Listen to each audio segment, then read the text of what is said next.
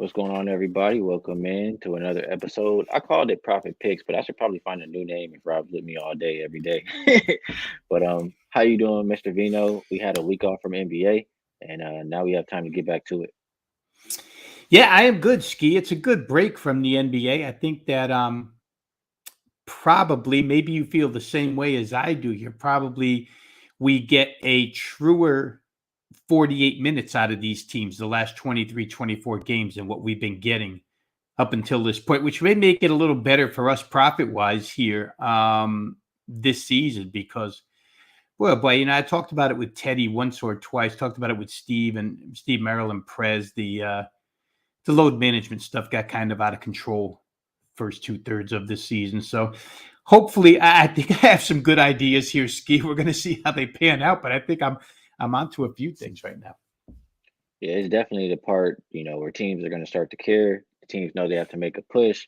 The teams who, know they're out of it will show that they know they're out of it. So I'm looking forward to this part of the season. What up, DJ Big Boss? Appreciate you tuning in. And for everybody out there who's watching, we are live on Twitter and YouTube.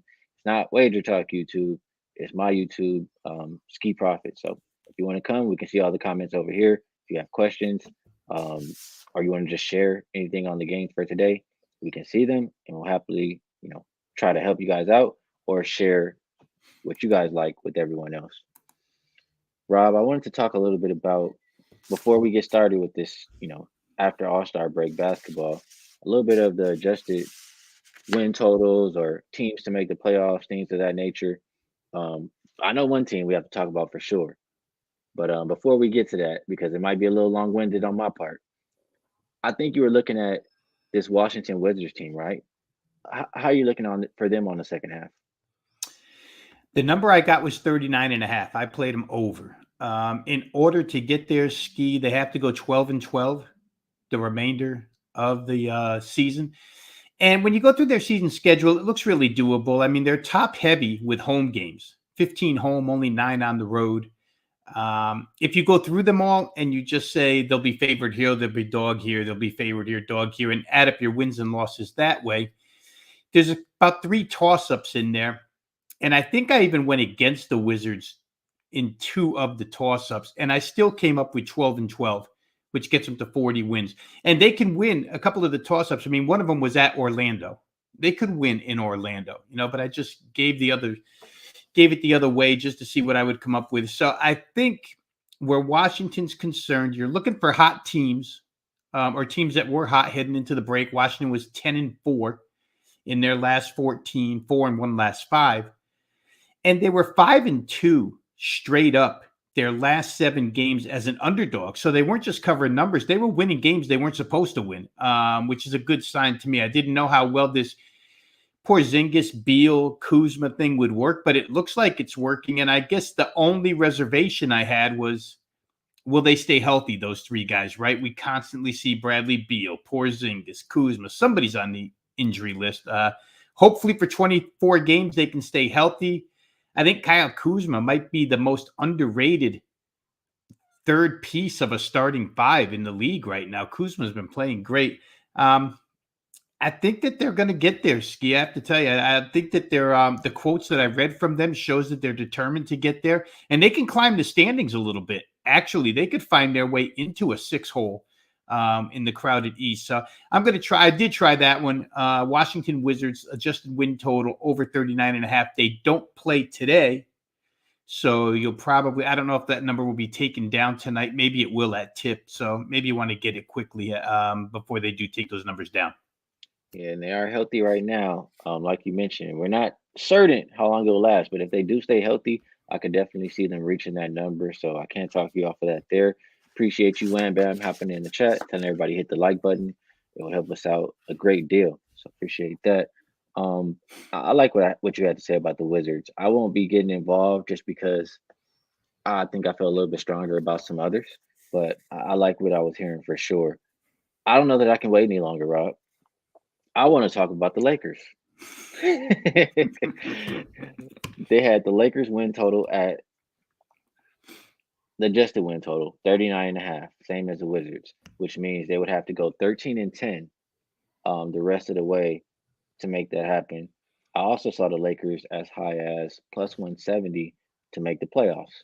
So I've seen them make a pretty big move at the trade deadline, bring some players over who can actually contribute, and some players who actually fit a little bit better than others who were here.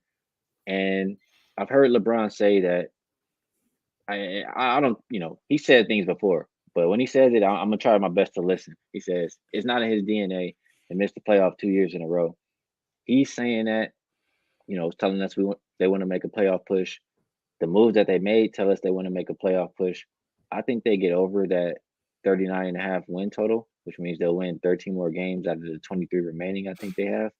And I also think they can make the playoffs at plus 170 just because a lot of the teams they're going to play are teams they have to leapfrog as far as standings wise. And I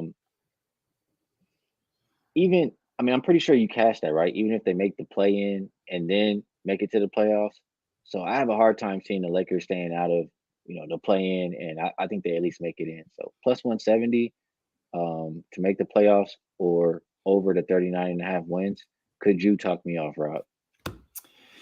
Well, I'm not going to talk you off. I'm not going to push you further on. I'm going to tell you what I did this. We covered this team Friday with Teddy on his Sirius XM show. You and I were talking off there.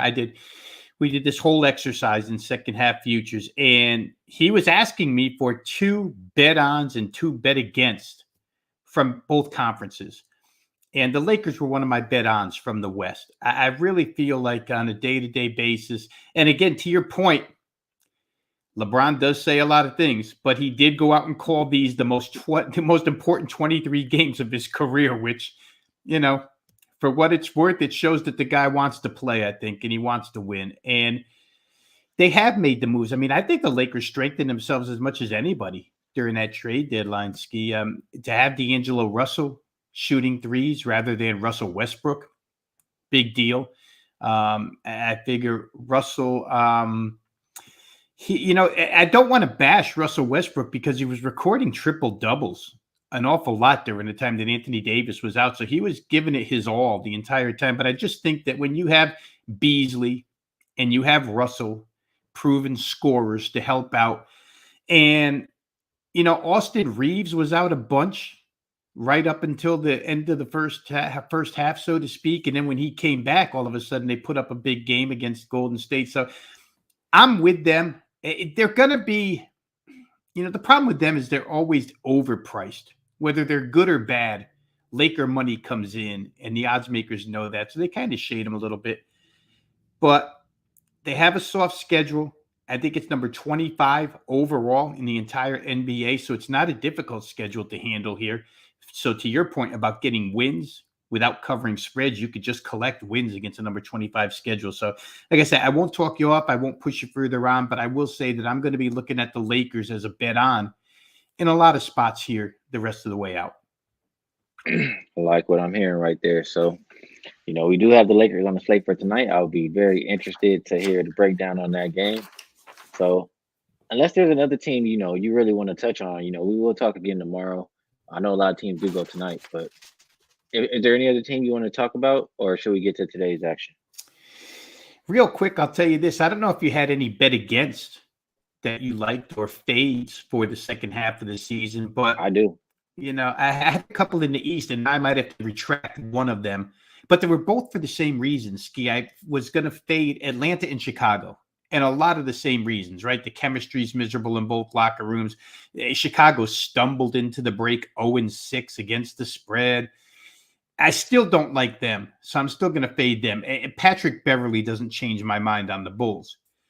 But the Hawks firing Nate McMillan, all of a sudden, that could be, I don't know how that locker room, maybe they react positively to that because we know that the 4 or 5 bickering people in that locker room, I mean, it sort of goes in a weird circle, but Nate McMillan was part of it. And there were guys that were angry with their head coach, including one Trae Young. And so maybe getting rid of Nate McMillan and having Joe Prunty step in, it changes my mind a little bit on the Hawks, but not the Bulls. I think the Bulls are more interested, to tell you the truth, I think they're more interested in ping pong balls right now than they are making the playoffs. They have no shot in the playoffs. So I don't think, and we're getting some comments here from Saturated on Pat Bev. I don't think that changes the dial or the needle at all. So I'll be fading the Bulls out of the East.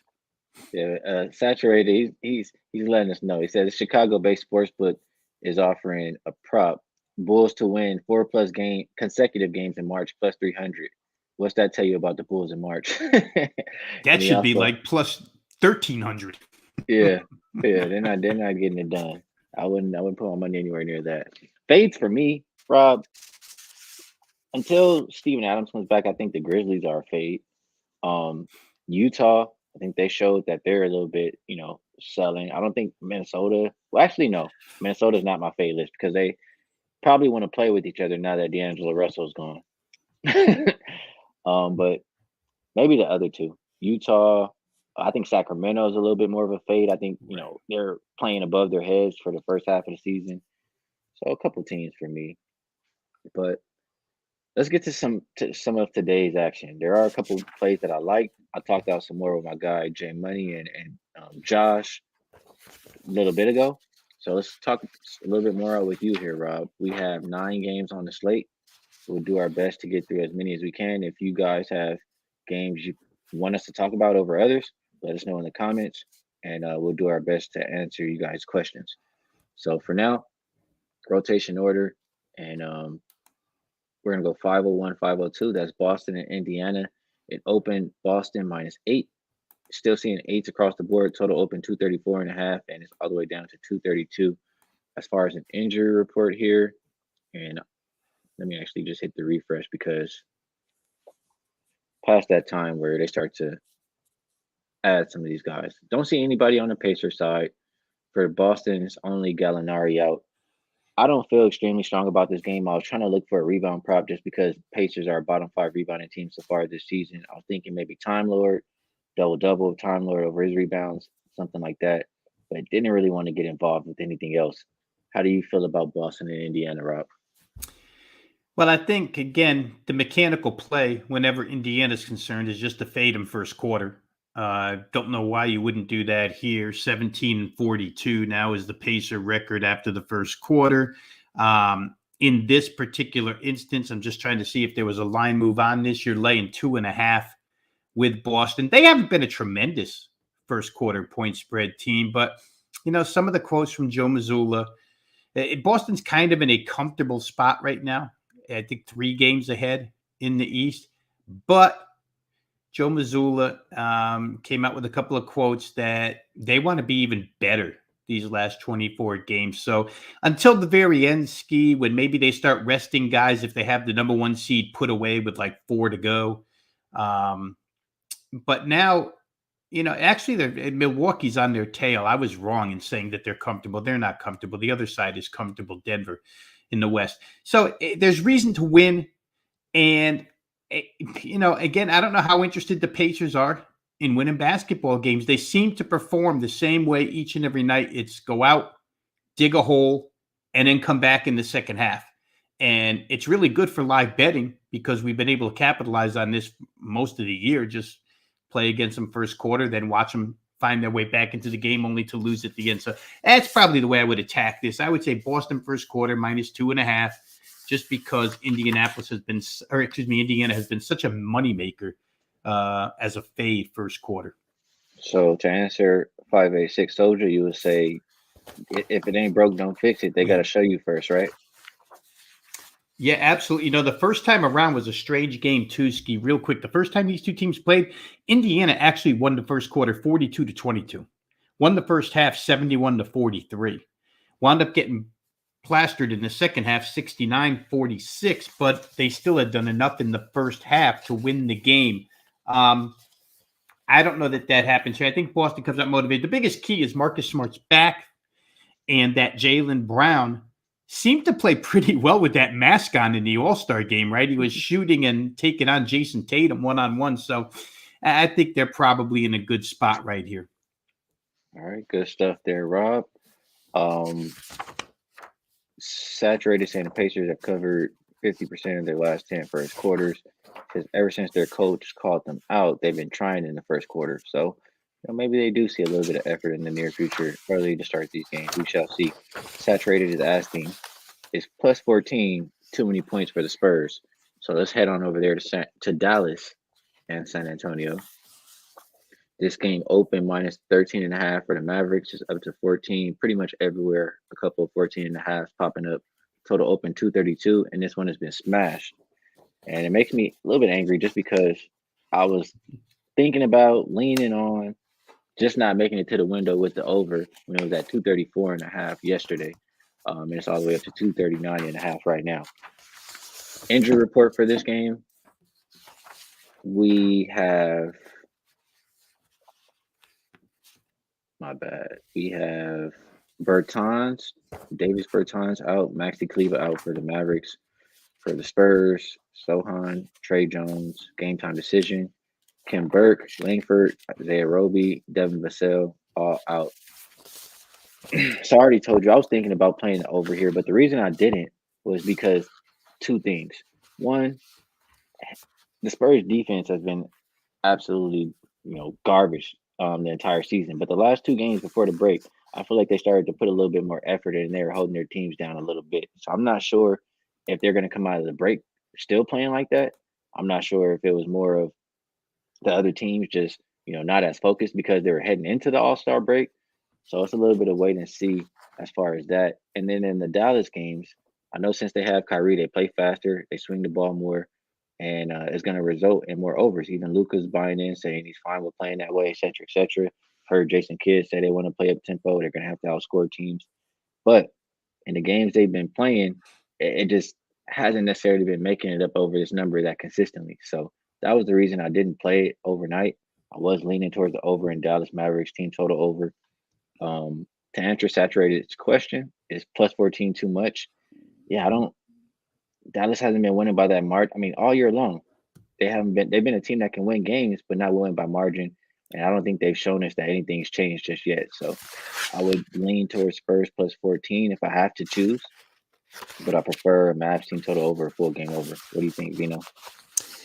Well, I think along the lines you thought, Ski, my first inclination was Dallas team total over, but they blasted that thing from 122.5 all the way to 127. So now you have to get to 120, which isn't impossible against the Spurs by any means. But I'm not sure that I want to get involved at 127. Now, the first time around, they got to 126. Luka put 51 on these guys. Luka and Christian Wood accounted for 76 points.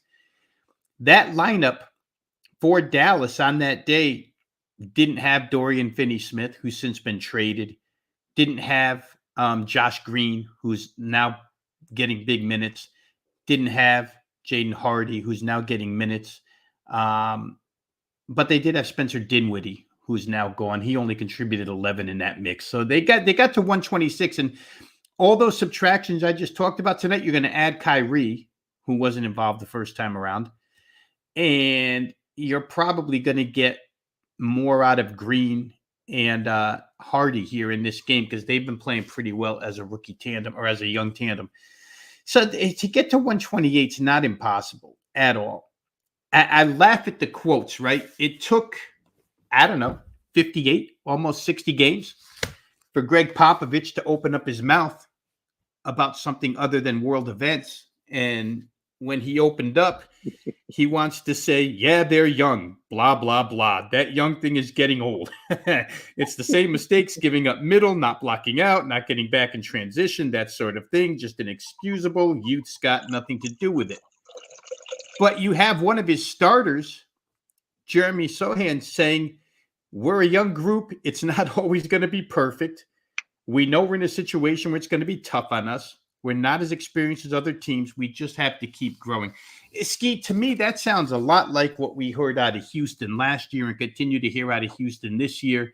Learning defensive communication. And I'll say this, where San Antonio is concerned, it's probably worse because the mixing up of the 9 in their rotation is different almost every day.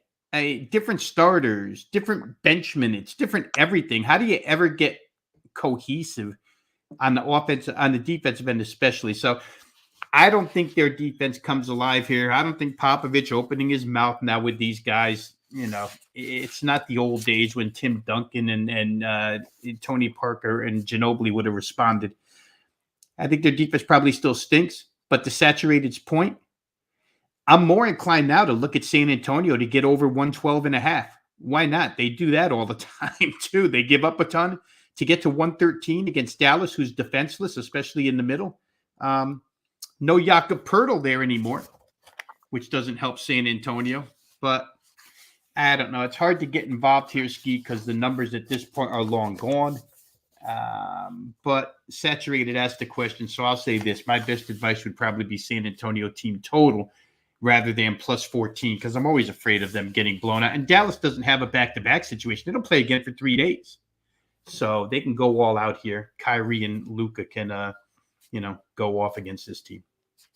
Yeah, so I'm liking a little bit of Mavs team total. Rob's liking Spurs team total, and the market is shooting this one all the way up to the over. So everybody's liking it for a reason. We'll see if it translates during the game tonight. Next game up, we have I might not even touch on this one. I'm gonna be real, Rob. 503, 504, Detroit and Orlando. Unless you have something, I'm gonna blow right past this one.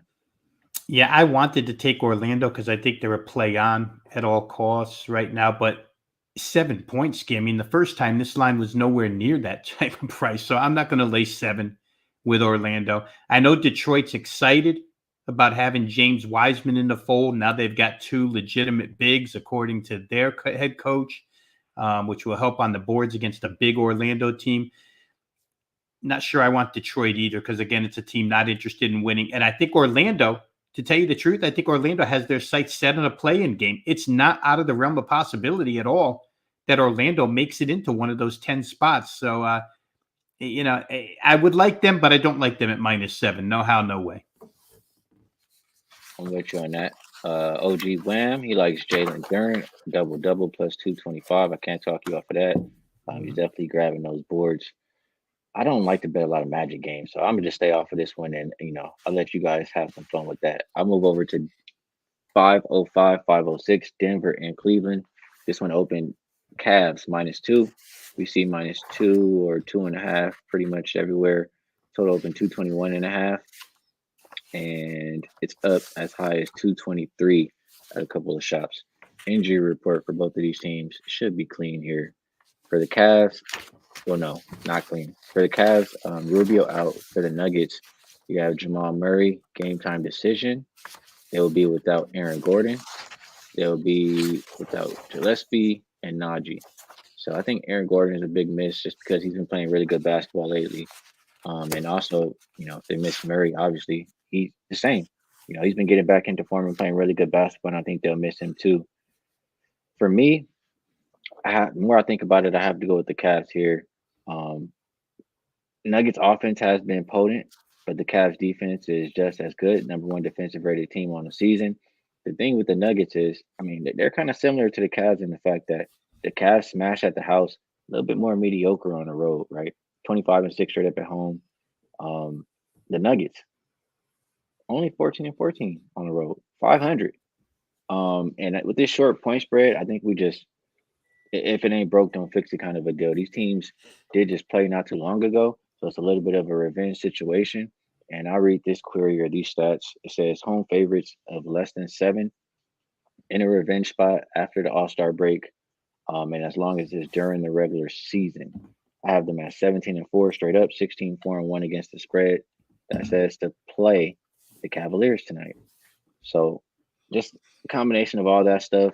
And if you just look at matchup wise, Jared Allen versus Nikola Jokic, that's not going to be a walk in the park for Joker, no matter how good he is. So I like the Cavaliers -2, -2.5.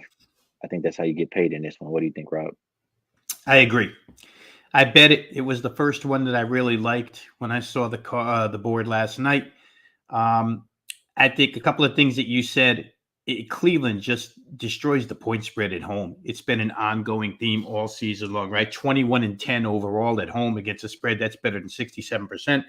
As a favorite, even though this is a short favorite, 29-18 as a favorite, and as a home favorite, 20-10. Again, 67% as a home favorite. So we're in a small price range. The first time around, I think we have to incorporate the fact that Donovan Mitchell did not play. So that is a big plus for Cleveland here. Jamal Murray, I read, is expected to go in this one. However, it's been 20 days since he played a basketball game, so I don't know how effective Jamal Murray would be on the road after 20 days off. And I think even bigger, when you read the injury report, was when I saw Aaron Gordon was out. Because for the Cavs, you have to have bigs. You just have to have that interior presence against them. And losing Aaron Gordon, who, like you said, has been playing real well, I think is a big deal here. Cleveland has a back-to-back situation here. They go to Atlanta tomorrow. But I think they're going to take this one dead serious. I mean, obviously, you have the team that's number one in the West coming into your place. That's a big deal. I think all their energy is put into this. Donovan Mitchell played Denver a lot when he was on Utah. So certainly he knows that team inside and out. I like Cleveland. Thought the price was too short. Defensively, they're just the better team overall. And I don't know that Denver's going to be able to outscore these guys. I don't think they're going to be able to get into that type of match. So we're lining up here, Rob. We're on the same wavelength, and I love it because it's in my pocket, and I want to take it to the window at the end of the night. Shout out to you guys in the chat. I appreciate everybody in here sharing. I don't know if I mentioned this one. I know I put it up on the screen, but Smack Them Bookies like Franz Wagner over 17.5. And Saturated is mentioning that the Magic are 4-1 straight up and against the spread their last 5 first quarters. So take those for what it's worth. Let's keep it going here, Rob. We'll go to 507, 508, Memphis and Philly. This game opened with Philly as a 4-point favorite, down to about 3.5 right now. Total open 228.5, and we see it as high as 231 at some shops. Injury report for this team. I don't think I saw anybody on there for the Sixers. Pretty sure I did not. Deadman, I think, has been added recently. For the Grizzlies, they'll still be without Steven Adams. They're going to be without Luke Kennard.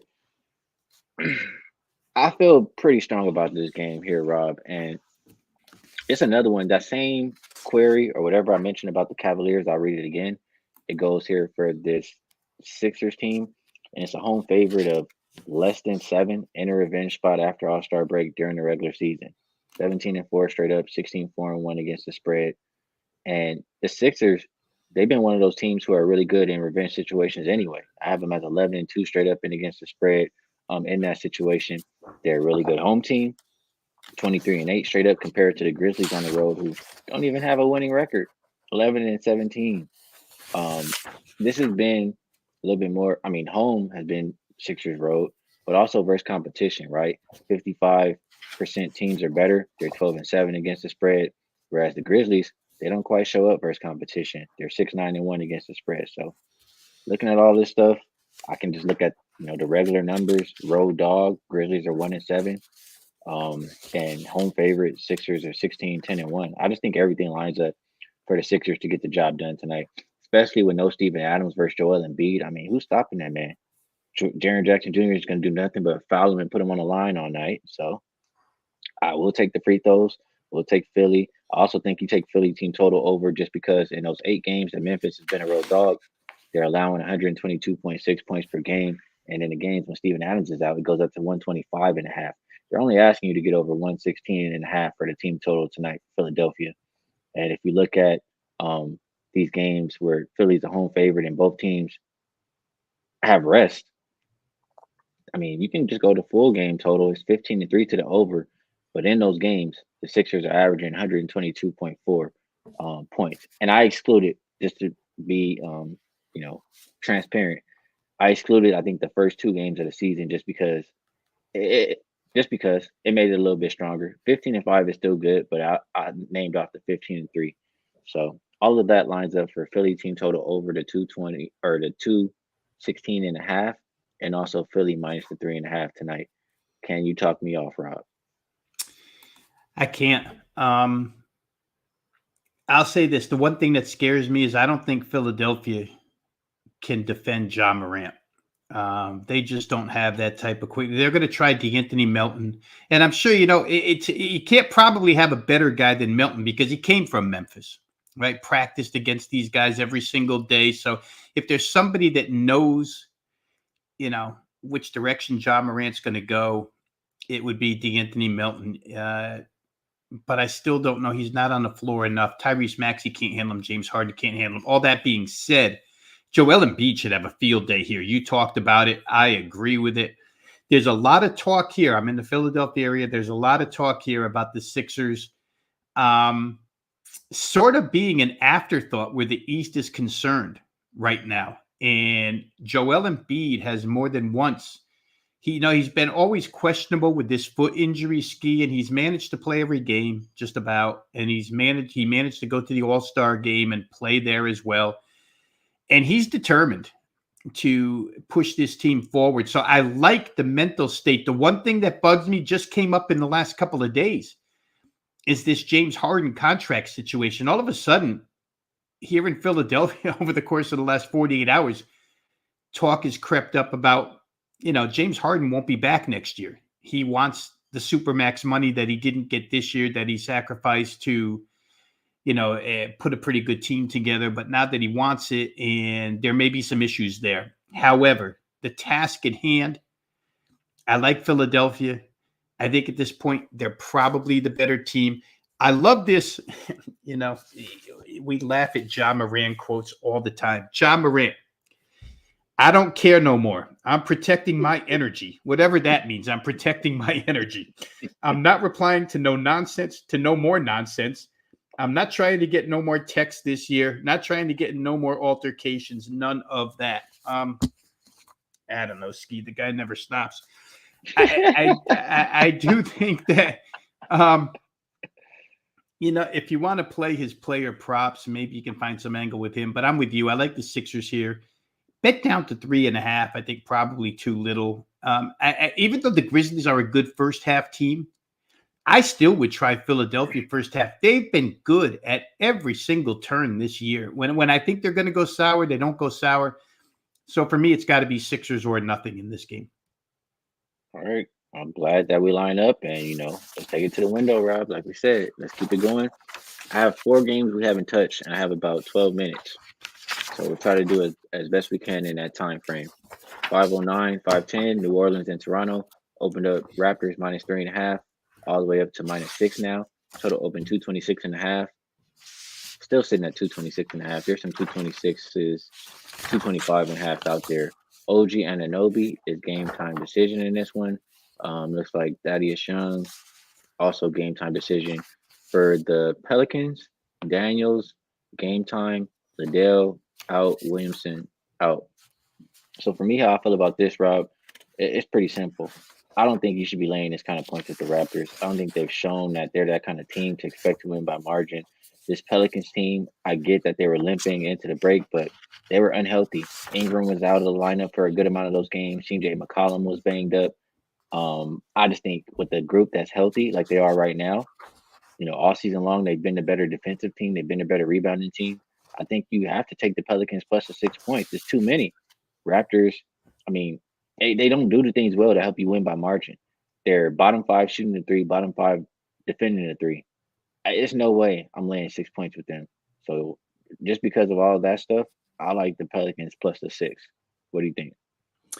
Yeah, it was my first reaction. I had to figure out, first of all, why it went from 3.5 to 6. And it didn't go from 3.5 to 6 because anybody loves the Raptors, especially. It's because, from what I see, OG Anunoby is going to play. Gary Trent Jr. is going to play. So, of course, we see this in the NBA every single day, Ski.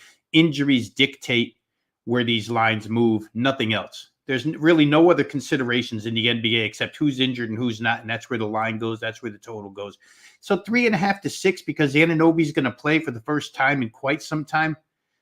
Man, I'm not sure. He's a great player, but how much can you expect out of him having such a long layoff?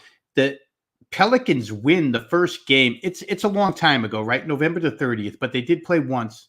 The Pelicans win that one, 126 to 108. Zion was in that game. But there was, as you just mentioned, there's no CJ McCollum and there's no Brandon Ingram. Neither one of those guys played in that game. Now you have both of them. That certainly equals out and exceeds point production that Zion would provide, right? 2 against 1 here. So, when I looked through everything, it seems to me the total is the way to go. The over numbers are very, very good for both teams. The away over numbers are good on New Orleans side. The home over numbers are good on the Toronto side. You said that Toronto, as they've been all season long, bad 3-point shooting team, or 3-point defensive team, good 3-point shooting team. And you know what? They're second in the league in fast break points. Willie Green made a comment about his team, said they need to stop digging first quarter holes. Maybe they come out quicker here, but I think I like the over as well as New Orleans. I might like the over a little bit more, simply because both teams have been really, really good at playing overs in these particular roles. All right, good stuff, Rob. Let's keep it going. We got 10 minutes left, 9 minutes left. We have 3 games, so if we keep that pace, we'll get it done. Let's go OKC and Utah. This one opened Utah -3. It's down to -1 or a pick 'em. Total open 239.5, and it's up to 240. I'm gonna just say this. I wanted to bet Utah over just because I don't think they're a really good defensive team. And I know OKC plays fast, but I just feel like this one was a little bit too high. So the route that I chose, I went SGA over 31.5 points versus teams who struggle to defend the paint. He's averaging about 33 points per game. And Utah is the bottom 5 defensive rated team in general on the season. So I don't see anybody holding him tonight. I think he has his success. And other than him, I like Giddy over his 13.5 rebounds. He averages 13.7 on the season. And versus bottom 10 teams, versus bottom 10 defenses and, bottom 10 teams points against in the paint, he's averaging more like 16.1. And if you watch the All-Star weekend, you saw him racking up those rebounds and assists. He leads this team in rebounds. He leads them in assists. He'll do it again tonight. So I like those 2 player props. Anything you like on OKC and Utah, Rob? I like the quote out of SGA after LeBron blocked his shot in the All-Star game. Salty, right? Yeah. All right. SGA says he wasn't playing no defense. Then the one time I tried to get a dunk, he want to play defense. You know why? Because you messed up his big night. I know. So I got something for him the next time. They play in 4 games from now. We'll see what happens there. Listen, all the great numbers I dug up on Oklahoma City as a road underdog and underdog in general this year don't apply anymore because the +3 is all the way down to pick. So they're no longer an underdog. These teams are going to play 3 times in the next 11 days. They got a back-to-back in Oklahoma City a few games from now. So they're going to see an awful lot of each other. And they haven't played each other at all this year. So we don't have any recent history to go off of. And the Utah team has changed its complexion so much with the All-Star trade deadline, or the pre-All-Star trade deadline, that, it would be hard to consider those games if they were played anyway. I think I've said it to you before, I think that I want to play Utah over every opportunity I can. This 240 gets scary. There's no question about it. Utah's going to score. They're not going to play defense. OKC's going to score. They're going to run. I didn't play Ski because to be honest with you, I got scared off the 240. But if I was going to play, that's the way I would go. Oklahoma City, Utah over the number. Yeah, it's crazy because this is one of the games that was on my initial list when I just glanced at the games before doing any research. I said, I think I like OKC Utah over, and I said I think I like Dallas and San Antonio over. It didn't get to the window with either one, so is what it is. Let's keep going. We got a couple more games. 5:15, 5:16. Golden State versus the LA Lakers. Open Lakers -4, up to -6 now. Total open 238, up to 238.5. As far as an injury report here for the Lakers, I see Anthony Davis game time decision, but he's likely to play. LeBron James, same deal, game time decision, but likely to play. For the Warriors side, they will be without Andrew Wiggins, Steph Curry, Iguodala, Gary Payton. Is it the junior or the third? I forget now, but little Gary Payton. So how I feel about this one is these teams just played not too long ago. And Lakers won in a low scoring game that went way under the total. And I feel like, how are the Warriors scoring in this game? You don't have Steph, you don't have Wiggins. I mean, Poole was getting pretty much, clamped, locked down until the fourth quarter when Vandy went out the game and he started to, do a little bit more. But if he's the sole focus and Lakers have a couple of defenders you can actually throw at him now, how do the Warriors score? So I went with Warriors team total under 116.5. I just think that, if anything, if this game goes over the total, it's because the Warriors defense is just so trash on the road. I think the Lakers have enough talent to score on this team, and I think they're more equipped to defend with the people who are going to be on the floor. So, Warriors team total under 116.5. How do you feel about that? What do you like, Rob?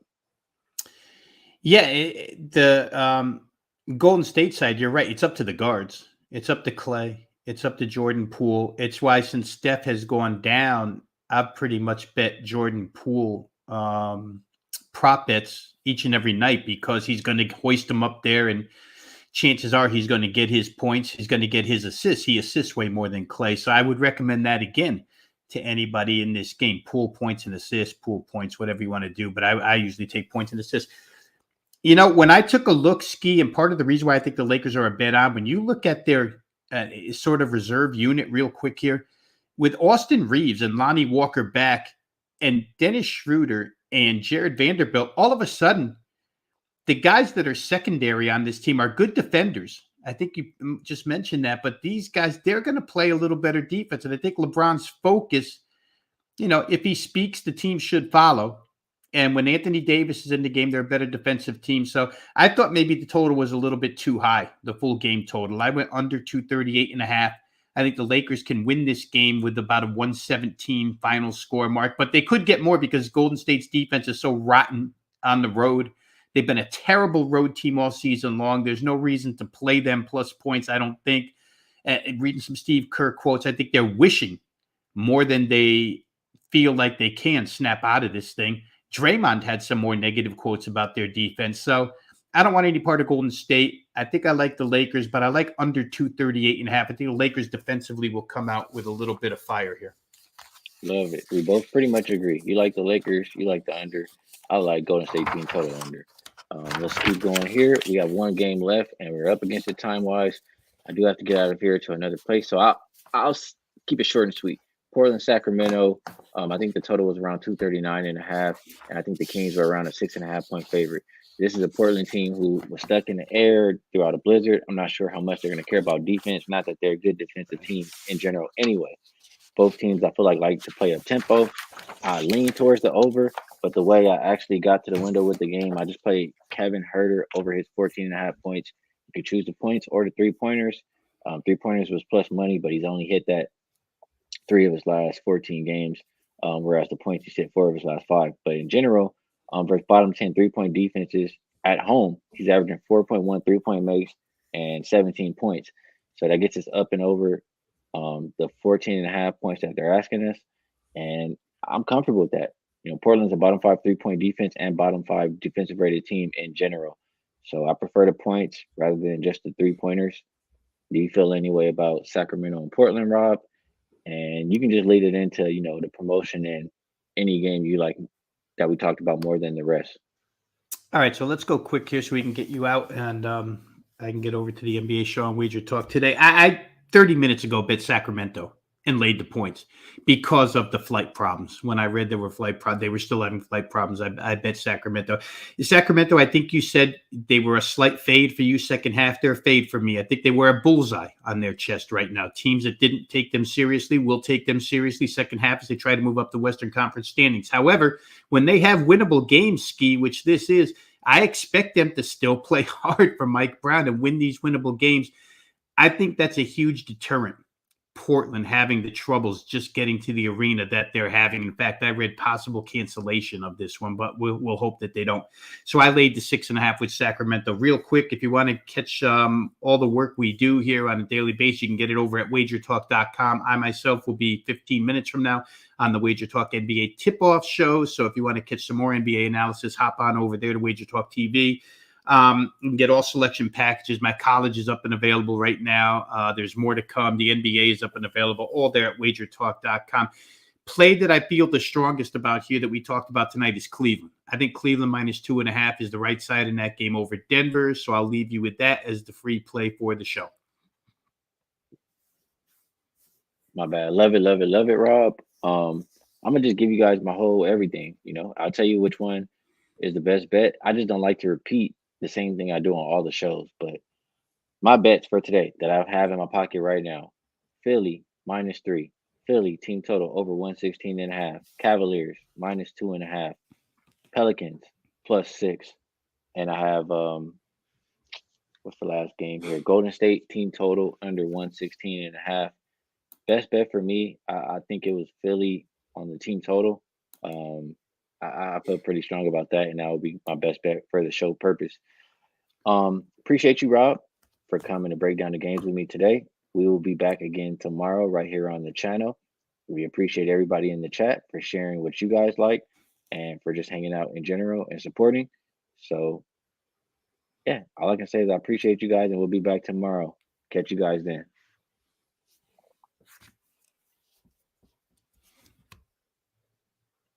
if I could ever end the show.